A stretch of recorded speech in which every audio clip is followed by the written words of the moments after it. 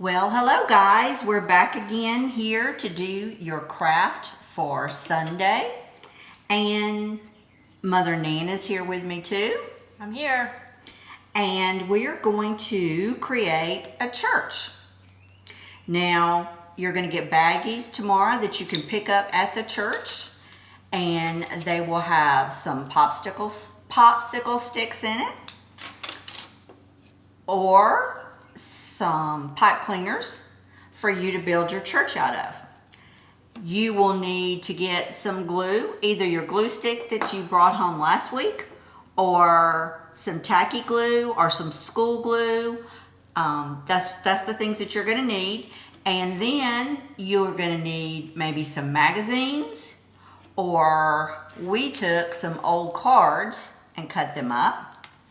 You can draw some things in your church, or you can just cut out everything and put it in. I even used some construction paper to make a sun. So you just be creative. I know you guys can. I actually took some Q-tips and made the cross on the top of my church. So why are we making a church?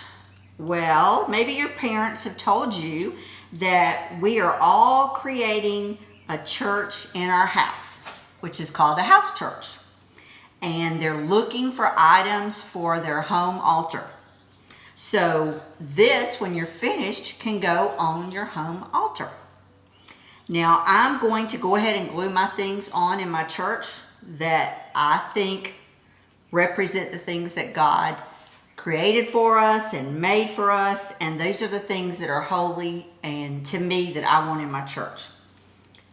Mother Nana's going to explain a little bit more about why we're creating the church and how it goes along with our creed class. So we are up to the line in the Nicene Creed of one holy, Catholic, and apostolic church. And that is a very, very important line in the Nicene Creed, because that is exactly why the Nicene Creed was written. Because back in the 300s, way back, every bishop had different thoughts on what the church was and what people were supposed to believe, what was right and what was wrong. And so it would be, if you were in South Carolina, you would believe one thing, and if you were in North Carolina, you would believe something totally different. And if you were in Georgia, well, you would believe something totally different from the two Carolinas. And so the bishops got together because they decided that Christianity was one thing, and we should be one church, and we need to believe one thing. And so the Nicene Creed is what came out of that big important meeting. That is everything that we believe. And so through the Nicene Creed is where we become one church. So some of you may know that there are Baptist churches, and there are Episcopal churches, and there are Roman Catholic churches, and there's Lutheran churches and Presbyterian churches and all kinds of different churches. For the most part, we all say the Nicene Creed on a Sunday morning, and that is what brings us together. That is why we use the word "we believe."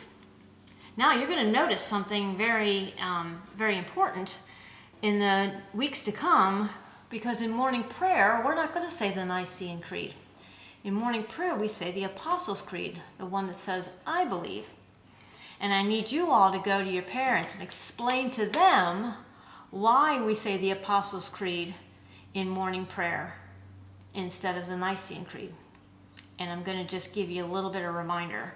So the Nicene Creed is when we say we are all together because we are all celebrating the Eucharist.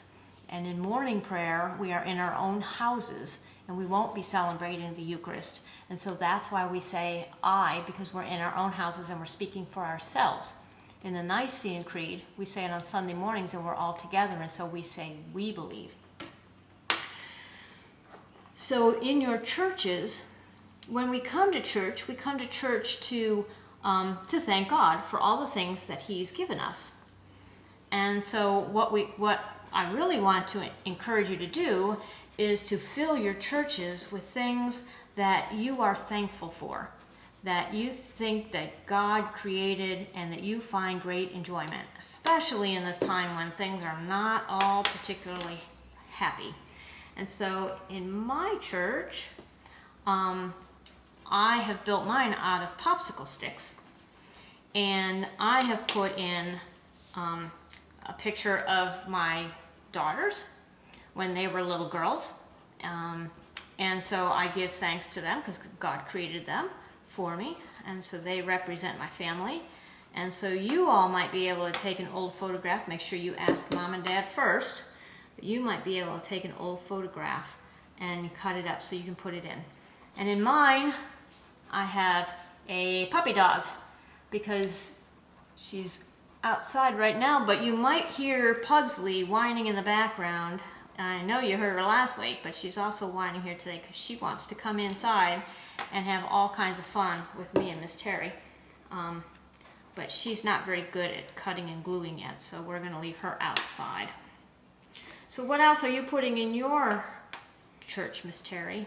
Well, I put a picture of a little girl because I didn't have any pictures to cut up. So I put a picture of a little girl with some kitty cats because Allie and I love kitty cats. So this is going to be Allie. And you know, Miss Terry cannot draw, so she's all about the stick people. So I'm drawing her husband Tyler beside her, and then this is me, and this is Mr. Chris. Now notice his hair. Mr. Chris has hair? I have to draw his beard, but no hair for Mr. Chris. And then I'm putting a bird because I think about all the things that I love that God created, and that's the birds and the butterflies, and I even have a bunny rabbit because Miss Terry a long time ago had a pet bunny rabbit. Her name was Mrs. Beasley. And yes, some of you parents will get that. And I'm putting flowers. Moving right along. So those are the things I'm putting in my church. And you can make it what you like. I know you guys are really creative, and I can't wait to see your pictures when you're finished. So make sure that you get your parents to take a picture of it, and maybe take a picture of it once it's on your home altar and send it to me or Mother Nan. You'll be able to see mine tomorrow because I'm going to put mine on my home altar for morning prayer tomorrow, so you'll be able to see my finished product. So guys, again, you're going to get a piece of construction paper, you'll get some popsicle sticks or some pipe cleaners, and just get creative if you want to make a cross, and get creative with the things you put in your church. Now I know a lot of you are awesome drawers, so feel free to draw anything you want because you guys are just incredible at drawing. And you know, we're not at church, so feel free to use some glitter. I'm going to forget you said that. I know you parents are going to love me for that. Okay, guys, so I'm going to kind of put mine in the middle here because everything hasn't completely dried. And I'm probably going to continue working on it a little bit more. But this is going to give you an idea of what your church will look like. Oh, Mother Nan has a stained glass window on the top of hers. With a butterfly, and you have a butterfly on yours too. So, okay guys, get started working tomorrow and get those pictures to me. And in this email, I'm going to add some pictures that were taken from last week's craft. So check it out, and I look forward to seeing some more pictures from you this week. We'll be in touch. What we're going to do next week is going to be super fun. Have a good day. We miss you and love you. Bye.